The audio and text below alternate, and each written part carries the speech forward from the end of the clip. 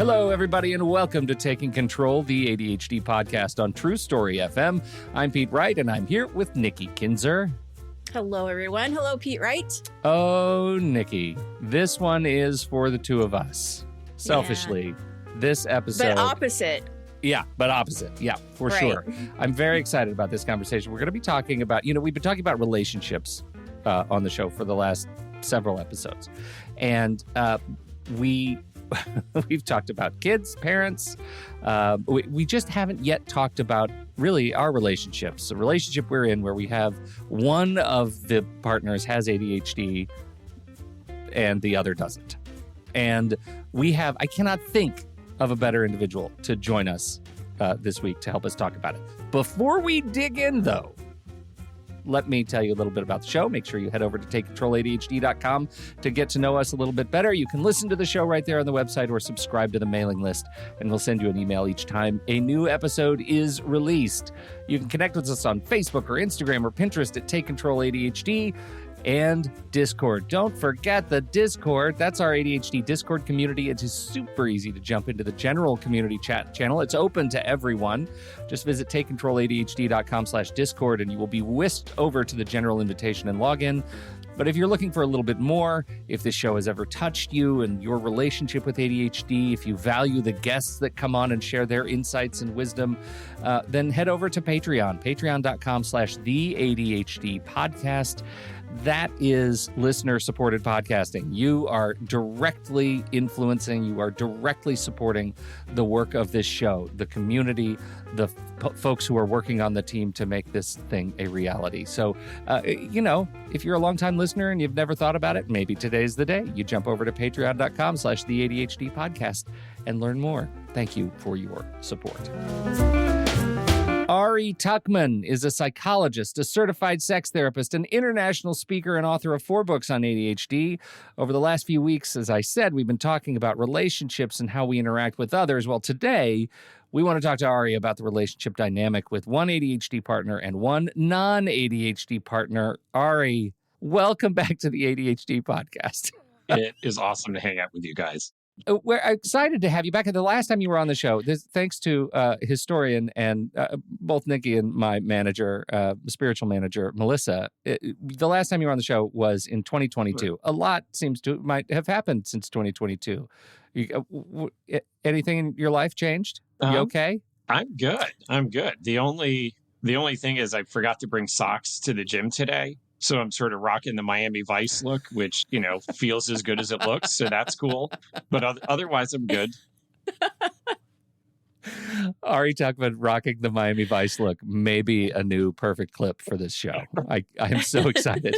We're up to a strong start, folks. While recording. We're up to a strong start. That's right. Yeah. So we're talking about our listeners. Many of our listeners who have ADHD share their stories about their experiences with non-ADHD partners, one way or another. As we said, both Nikki and I are in similar relationships. Mm-hmm. We relate to those relationships. Can you set the table for us? What are we looking at when we're looking at a relationship, mixed relationship like this? So, obviously we bring all of ourselves to our relationships. And, if somebody has ADHD, it's that, you bring that, but also all the rest of who you are. And that hopefully is mostly good and also sometimes is annoying and aggravating. But the challenge, I think, for any couple is how do you work well together, right? How do you work towards some common goals, not every single goal, but mostly common goals? How do you negotiate differences? How do you tolerate the parts of each other that are probably not going to change? So this is universal, I think, for every couple. But when ADHD is in the mix, and especially if it hasn't been diagnosed and it's therefore probably not being well managed, it can really throw a monkey wrench in the things that the couple needs to do. And it can lead to certain kind of, obviously every couple is different, but there's certainly some things that tend to show up.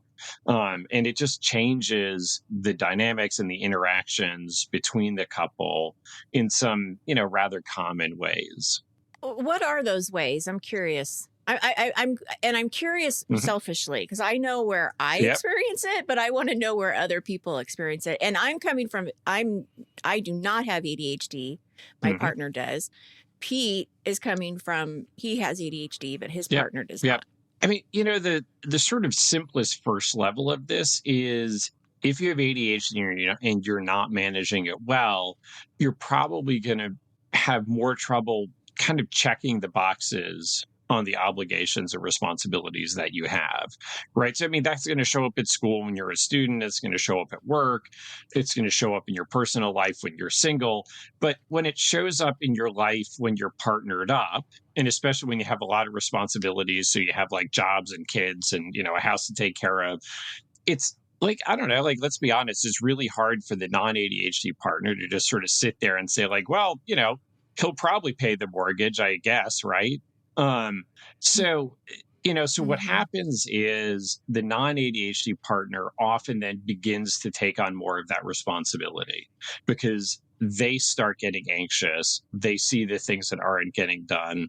They start having concerns about it before the person with ADHD does. And this is the ADHD, right? In the sense that folks with ADHD, they don't feel the future as strongly. You got to get a whole lot closer to it before you feel that pressure of the deadline and then activate upon it. The challenge is the non-ADHD partner too often gets there first, right? They hit their breaking point and they are then, in quotes, always the one who has to be responsible for everything. Then when the partner with ADHD does do some stuff, usually or too often it feels like it's too late, not exactly what the other person wanted. They didn't do it in the best way. So then they're sort of being criticized, which can create this feeling of like, I don't know why you bother anyway. You're not going to be happy regardless. And then it's just this kind of awful, tense standoff, tug of war kind of situation where neither partner is happy about it, but also nobody knows how to change it. So you have these like heartfelt discussions of like, I really need you to step up because I'm so stressed out. I definitely will. I just need you to be nicer to me. Right. And they mean it. But if you're not addressing the ADHD, if you don't have the better tools and systems, that you're going to get 3 days out of that before we're back to the same stuff that got us in trouble yesterday. That's the thing that's so interesting to me about this, because the curse of intermittent reinforcement for the non-ADHD partner, that there are days where I'm hitting homers all day long. And the expectation then grows that I will be consistent. And consistent is exactly the thing I'm not. Yes. In certain important areas in the relationship. Yeah. Hey, remember that one time you did that? Okay, now do it forever unto eternity. Yeah, exactly. So you're doing laundry all the time, every Sunday from 7 to noon and getting it all folded and put it away, right? Right? Is that what you're doing? That's not what I end up doing, right? Like, that's not what I end up doing. And on the flip side, there is this, you can look at the non-ADHD partner with sort of a savior complex, right? Like, thank goodness they're here, they take care of everything, and there's an undue burden. Yeah. Yeah. I mean, look, we're not assigned partners. I mean, most of us, right? We pick each other for reasons, and hopefully there's mostly good reasons. But I mean, there is some complementarity, I think, often in the sense that, usually in these couples, at least the ones who show up in my office, the ones who are doing great and happy, they don't come and pay me. So I get a, select sample. But, the non-ADHD partner often is kind of good at being on top of stuff. They like things kind of being done in certain ways, which is totally fine. And they feel more comfortable when things have been taken care of because then it's off their mental radar. So, like, that's the good side, right? They're good at managing responsibilities of life. But, there is also something here that if you live with another person, sometimes they're going to kind of do things the way that they're going to do it, right? And that we also need to be flexible sometimes about like, well, that's not how I would do it, or I would do it this other way. But okay, fine, I'm going to let this go. And it can be hard for the non-ADHD partners sometimes to begin to let things go. Now, in their defense, kind of, Pete, as you said, if the partner with ADHD has given them 1,000 examples of it doesn't work out when they let it go, it's easy to point at that and say, of course I can't let it go. You're not going to step up. But also then it sort of shackles them to all these obligations that they kind of don't want, but they do want them done in a certain way. So, it's a real dilemma for them. Yeah, it's interesting because one of the things that you said, which I think is really true, is they don't necessarily see it. And so or see whatever's happening. So specific example is we have 2 bathrooms that have paint that has just started Right. but never finished. Look, and I think you it don't was need just all to get 4 walls painted. Just one or two is enough. Just only turn your head one direction. Right. We were going and for it's like, Pollock, right? It's like 3 different colors too, because we're trying to figure out like what color. So it's not even the same color. It's like 3 different, Nice. Yeah, in 2 different bathrooms. And we were kind of laughing about it the other day, and I didn't realize that it's been that way for 2 years.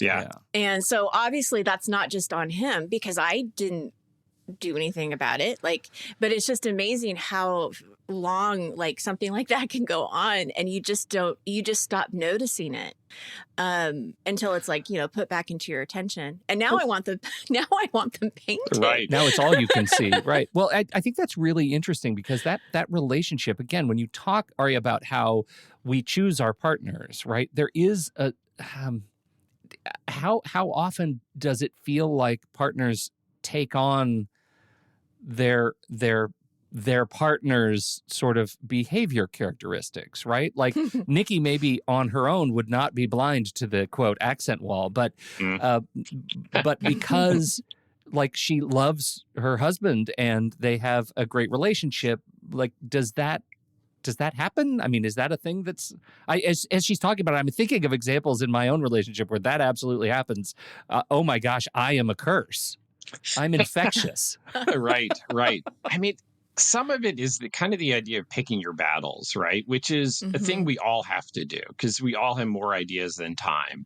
So, in terms of the bathroom, on the one hand, it might be a thing where it's yeah, that does kind of annoy me, but also I got other things that are more important. I'm not picking this one. Exactly. Right. Yeah. But on the other hand, it might be that you're like, you know what, enough is enough. Or I don't know, we're having people over for Memorial Day or something. And I just need these done.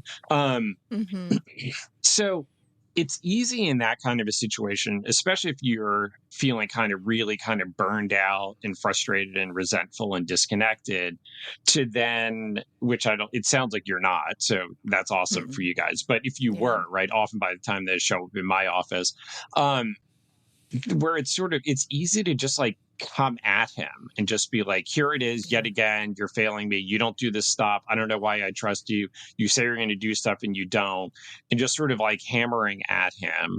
And then of course predictably he's going to go into I don't have time, I can't do it, I'm doing all this other stuff, you're asking me to do this and that, and I do my best and it's never good, right? And it's completely unsatisfying. It just, both people feel worse. So it might then be a situation, where for the person Nikki in your shoes to first say, is this important enough to me that I want to make a thing of it? And sometimes the answer is no, right, as we said. But let's say the answer is yes, it is. This is important to me. To then have a really direct conversation about it and say, this is making me nuts. I would really, really appreciate it if you could finish it. What do we need to do to make that happen? Meaning, let's actually think about a time that it could happen. Let's actually think about what else needs to happen to clear that time, right? So if you say, I'll do it this weekend. Well, okay, do you have any idea what's actually already on the schedule this weekend? Oh, wait, the kids have a soccer tournament all day, Saturday and Sunday. No, you're not doing it this weekend. Or, can you set boundaries, with family and friends and work and say look, Saturday, I can't do anything. Sorry. I need to, I got to do this thing with the bathroom, so can they hold those boundaries? Can they, I don't know, go to bed early enough Friday night so they get up early enough Saturday? Do they have any idea where the paintbrushes are? Do they have the right paint? Do they know what the right paint is? Have they done the prep that needs to dry before you can put paint? It's all of these things, but to actually really have that conversation and to really figure out, yes, I can do this, and here are the steps I'm going to take to make it happen. Or honey, no, I can't. Like, I just like this. I'm sorry, this is not meant to be, or I just don't want to. I would rather do this other thing. So let's have a discussion about what we're doing here. But that's a much more direct, honest, sort of well-informed conversation rather than just harping or saying yes with no thought and then predictably it doesn't work out. Because I think what you're saying too is that's giving the other spouse an understanding of ADHD, right? Because what you just explained is what I would coach with someone, right? Like, okay, if you're going to paint this weekend, let's figure out what are all the steps to paint, right? So we have this understanding of the executive functions are not working. So we want to help them figure that out. And I find with my partner, my husband, if I tell him what I want, he'll do it. I just can't pretend. Like I cannot not pretend. I cannot expect him to know. Yes. I do need to tell him. Yes. Yeah. Yes. Right. Yes. He cannot read my mind. So I have to be very specific. And if I'm very specific, it will get done. So I like what you're saying, because it's really a matter of understanding how the ADHD is affecting this person and then what we need to do to be clear to get it done. Because they'll, unless they don't want to do it for some reason. But there's always let's throw money at the problem. Like like painting a small bathroom is something that we could take care of. And I also don't have to do it. I think the challenge, and I'm going to put myself in your husband's shoes, because I know for a while he worked his way, I guess, through college or something as a painter, right? Yeah, he's a really good painter. Knows how to paint. He could do it in an hour. Right. Yeah. Now, if I were in his shoes and happened to have that skill, so let's just be in a fantasy world right now together, and it had grown invisible to me because I prioritized other things, and you hadn't said anything specific. So all these things are happening, and then you come to me and say, "Hey, we should really wrap up that bathroom. Do you want to just hire somebody to do it?" I would feel like you dropped a lead anvil on my chest, because I would suddenly, the months or years of rejection, of forgetting to do it, would crash into me like a wave of rejection. And that's all I would be able to experience at that moment. All at once, that earned interest on 2 years of forgetting gets paid back in my own interpretation of rejection. Am I alone? Yeah, no, I think that totally makes sense. And I think that that is then really important for you to recognize, this is mine. She's not making me feel guilty. I feel guilty from within myself, from the recognition of what I haven't done before now. Right. So then your job is to sort of manage that. And then, I mean, this is all easy to say, right? And this doesn't happen in a moment, but it's to manage that and then have a conversation about, like, are we going to hire someone? Am I doing it? Am I just going to cut on this one and say, like, just hire someone? Like, I'm just done with this. But that's where it gets really kind of muddy and tangled. And I think particularly in this case, if, Nikki, if you were just building resentment, right, and just more every time you went into the bathroom, it just chucked a coin on the pile of, like, I'm so pissed about this.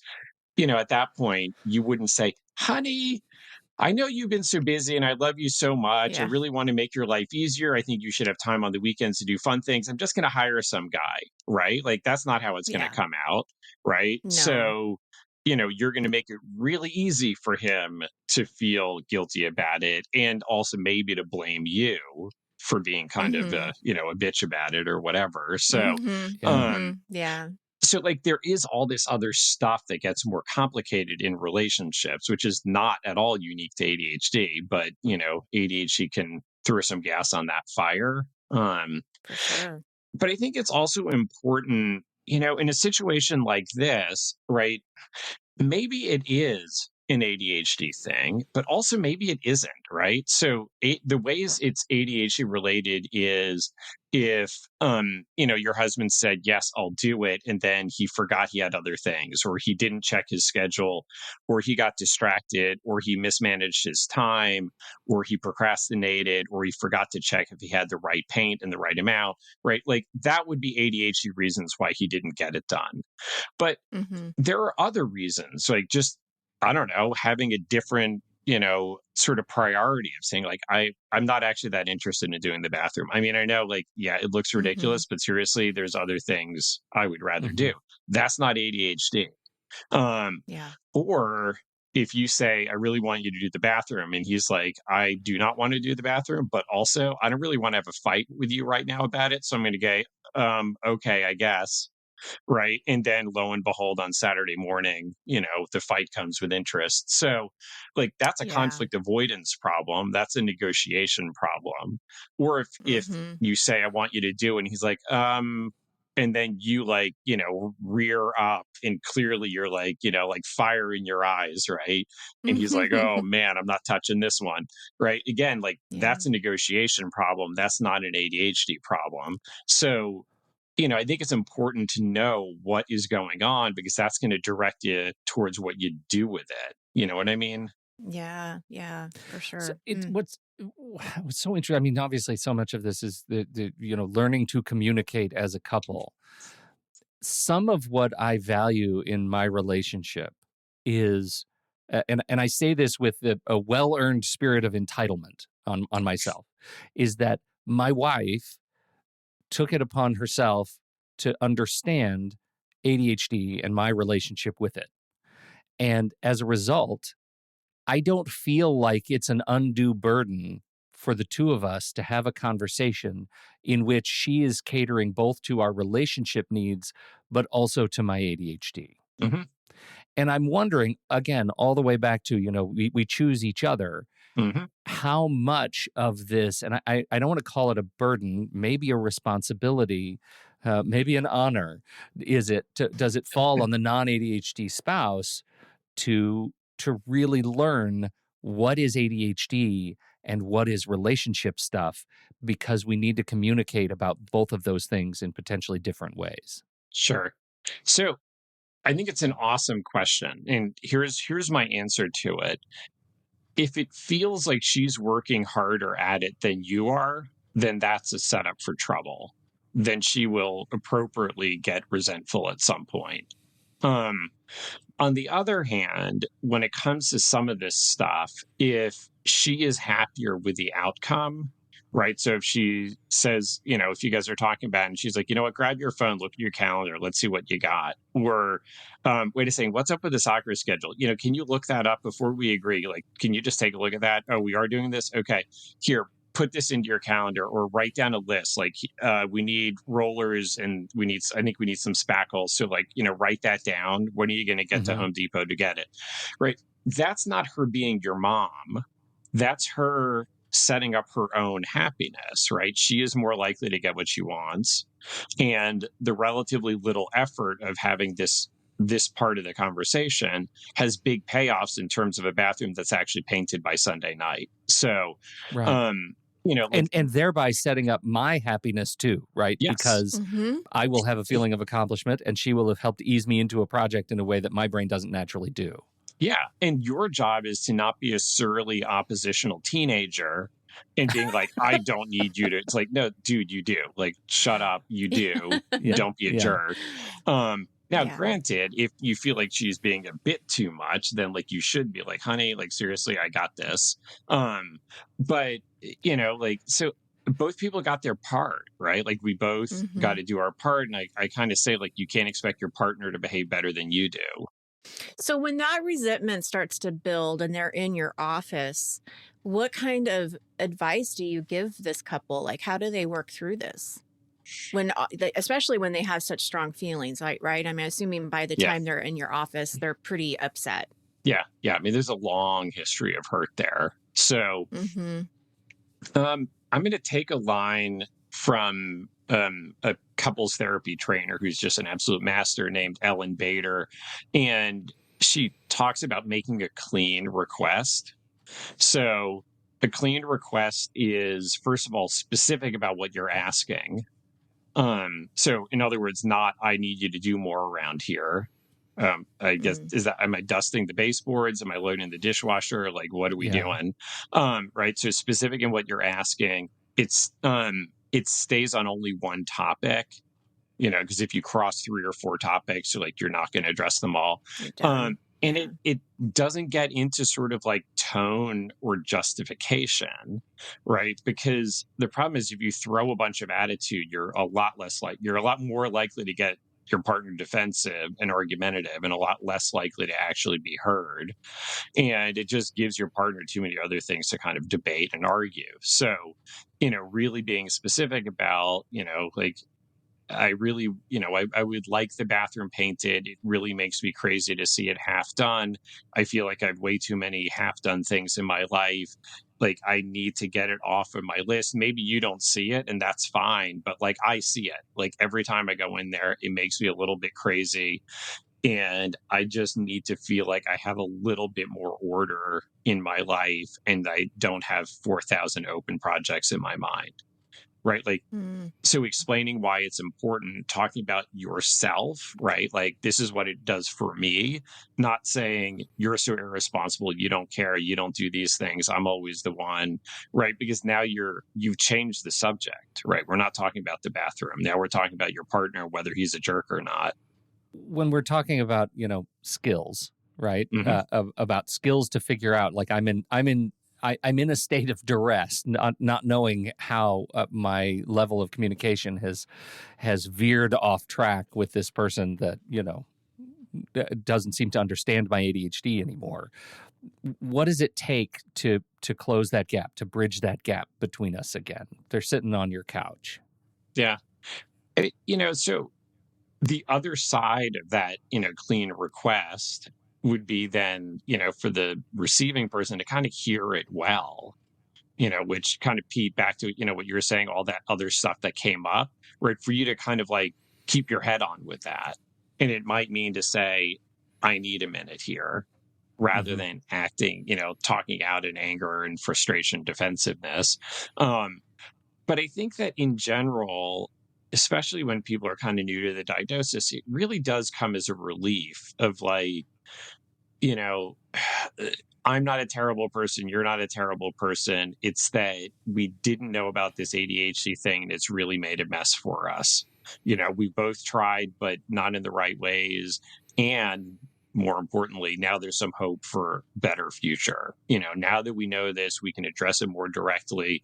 We can do some things about it. We can find better ways to work together towards some, common goals. So, I think there is a lot of hope in a new diagnosis of ADHD, whether it's about an adult or, a child. Like, it can really change the dynamic. And, I sort of have this line where I say, it is a lot to ask your partner to take medication for ADHD or whatever, but let's say ADHD, right? That is a lot to ask of someone. But I think equally, it's a lot to ask of someone to sort of overlook or compensate for the symptoms of ADHD that you're not treating, So, like, that's also a lot to ask. Like, this is what makes relationships hard, is we get stuck with these kind of thorny questions that don't have obvious answers.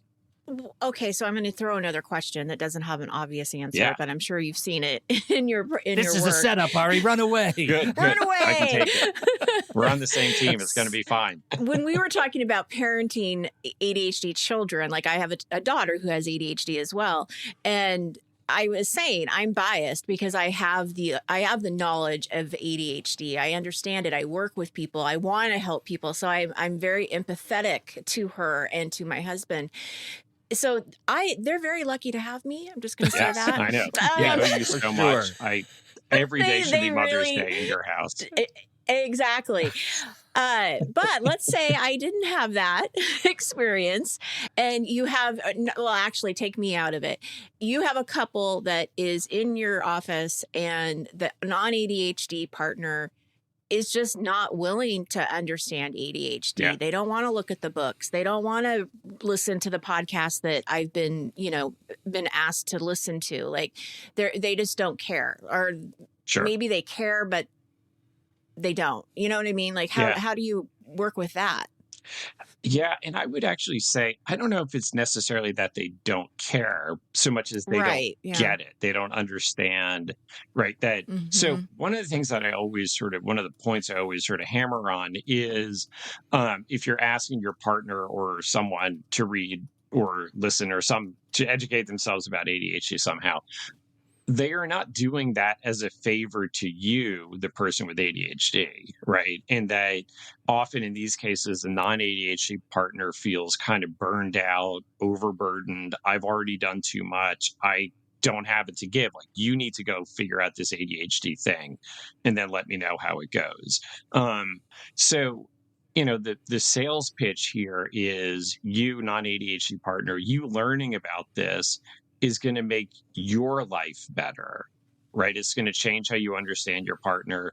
It's going to change the strategies you use and, how you sort of resolve your differences. So you will get more of what you want. It's not going to be everything. It's not going to change your partner into someone they're not, but you are going to be much happier as a result of this. So, Mm-hmm. like, that is the sales pitch.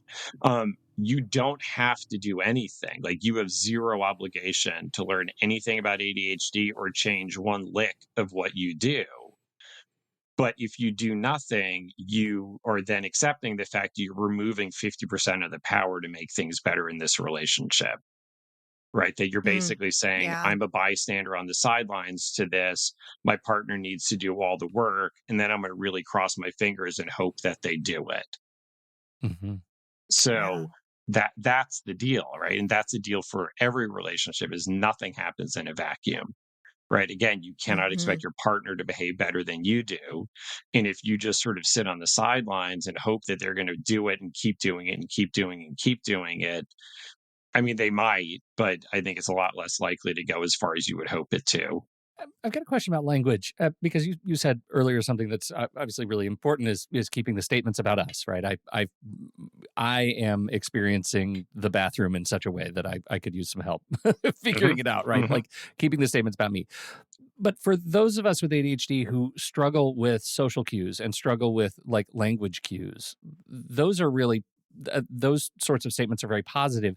Do you Mhm. have any statements that are particularly triggering in relationships that potentially you may not even know you're using? Yeah, I think just in general, any time that you're kind of telling your partner about who they are, that is really likely to evoke defensiveness, right? Unless Hmm. they're having like really good conversation and I have faith that you're saying it kind of like with good intent, if you know what I mean. But, so things like, if, your wife was like, you just don't care about our house. That's why you haven't paid, or you don't care that I'm unhappy, Hmm. right? Like, Yeah, when the world goes yikes. second person, right? Like Right. that's a problem. Right.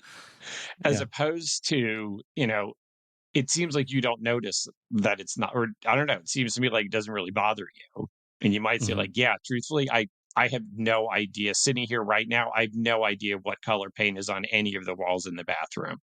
And Right. I Mm-hmm. can live a good life like that.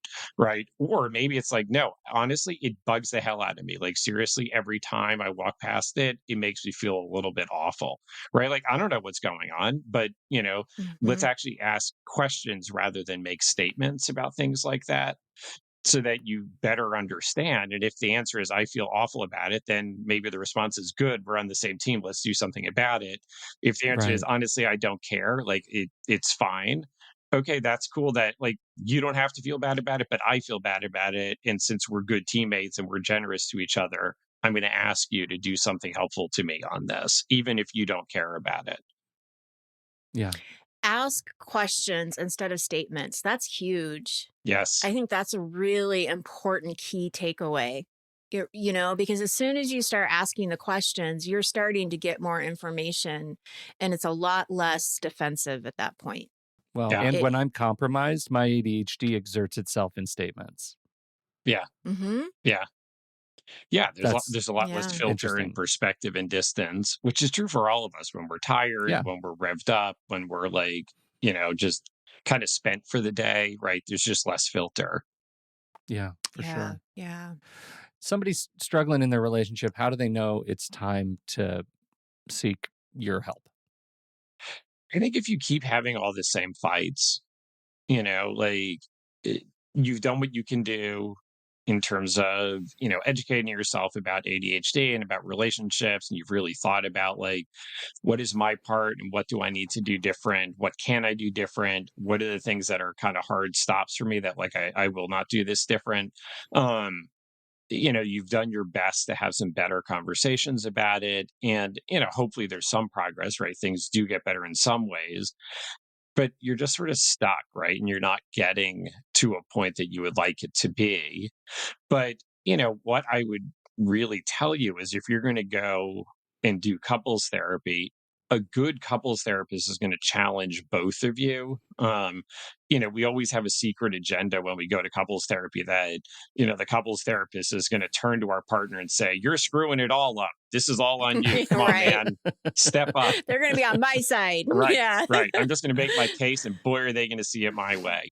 And that Yeah. is not what happens. So No. even if the partner with ADHD is clearly like making a mess all over the place, it's still only half the relationship. So, Mhm. if you're going to go to couples therapy, do it with the expectation that you are going to have to do half the work. Also, your partner is going to have to do half the work. If your partner won't go, which sometimes they won't, then you go by yourself. But rather than just complaining about your partner and getting a lot of like, "Wow, that's awful," what is my part? What am I contributing? What can I do different? How do I act with integrity here? And don't just slip into the complaining, because that might sort of feel good in the moment, but it doesn't change anything. Mhm. Mhm. That's funny that Well, the, and the I whole mean, act of going to therapy and saying, "I'm here to bear witness to you fixing my partner," Yes. cracks Yes. me up. Everybody well, loves and I that. think, It's such a great Yeah. fantasy. I'd like to buy yeah. tickets. Yes, exactly. And then your spouse walks away like, I know, it's all me. Yeah. Yeah. And they're Now I'm just Yes. fixed. okay, And got then it. you're left sitting Right. alone in the therapist's office. That's Right. really the sign Yeah. that Right. you didn't do the work. But one thing I do want to say, because, I know our conversation is really leaning more like, okay, the ADHD spouse has more problems than the non-ADHD spouse. And that's not true, right? Like, I Right. think it's just, it's so half and half, because I know I've made a lot of mistakes, and my husband would probably tell you there's just as much that bugs him about me that Mhm. he, that I get bugged by him. But I think that one of the things that we did when we first got married and we're really good at is we don't fight nasty. Yes. We fight Yes. very, I mean, I don't call him names. He's never called me a name. We don't Mhm. like attack each other. And so when these things happen, like I made a huge financial mistake a couple of years ago and got audited and Mhm. found out that I made this huge mistake and owed a lot of money. Um, but he didn't make me feel bad about it. And he could have easily said, I Yeah. can't believe you did Yeah. this. How did you not see this? How did how did the accountant not see this? So then he kind of put his attention to the accountant, Yeah. and, Yeah. all of this stuff. But it's very telling, because it's like he gave me just as much grace Mhm. than, that I give to him, because a lot of the stuff doesn't bother me. But I think that fighting it's really important how you argue with Yes. your spouse. I It, mean, do you find that? I mean, no, it's absolutely true. Like that is 100% of it, because you will absolutely have disagreements, right? Two people do mhm, not want all the same things in all the same ways at all the same time. So, absolutely, you're going to have disagreements, and disappointments and discontents and all the rest. So, you have to be able to handle it in a way that doesn't cause more damage than the topic itself, by being mhm, demeaning or dismissive, right? It really, like, whatever the initial problem is nothing compared to the damage done in the way the argument happened, or alternatively being conflict avoidant and not dealing with anything, and then there's just this simmering tension of all the unspoken, right? So that's the other end of things that isn't helpful. It's kind of finding that place in the middle. And, to the first thing you said, right, it's really easy for the partner with ADHD to sort of volunteer to be the designated problem in the relationship, right? I wouldn't be so whatever if you weren't so much like this, right? I wouldn't be so angry and controlling or critical if you just did the things that, you're supposed to do. So like that's easy to see it and to paint it that way, but it's not the truth of it. But it's also, this is why it's important that couples therapists know about ADHD so they don't fall into that same mindset where they're like, dude, man, this guy's got to step up, or like, wow, she's such a mess, that, their partner really is the sort of long suffering spouse here. So, part of my shtick of these last, 5 to 10 years has been trying to get more ADHD folks to know about couples therapy, more couples therapists to know about ADHD, because it's still just good couples therapy. But if you don't know ADHD well and you don't know good ways of addressing it, like you're not going to be able to help this couple get out of the same ruts that they keep falling into, and to not sort of paint the partner with ADHD as the sort of problem to be fixed and ignore the other half of the equation. Yeah, there's a certain responsibility to sustainability of the therapy, right? I feel like you're missing so many cues if you're not aware of this dynamic, ADHD dynamic. Yep, absolutely. This was great. As usual, you're brilliant. Thanks for hanging out with us today. This is awesome. I was really glad to be able to do this. I always like hanging out with you guys. Where do you want to like hanging out with you? Yeah, for sure. I wish that we could do these live. Where do you want to send people right now to look at to find out more about your work, your books, etc.? What's your pitch? Sure. So adultadhdbook.com. I've got information about my books. I've got samples of, presentations I've done, or, recordings or whatever. So, and when I actually get around to updating it, you'll also see what I have coming up down the road. So that's the place. It's all the same bucket of time, Ari. All the same bucket of time. I can't both do things and post them. Pick one. Right. The great paradox of the Anthropocene era. Yeah, here we are. Well, thank you again. Go check out Ari's work. Never a waste of time. And to everybody listening, we appreciate you downloading and listening to this show. Thank you for your time and attention. Don't forget, if you have something to contribute to the conversation, we're heading over to the Show Talk channel on our Discord server, and you can join us right there by becoming a supporter at the deluxe level or better. On behalf of Ari Tuckman and Nikki Kinzer, I'm Pete Wright, and we'll see you right back here next week on Taking Control, the ADHD podcast.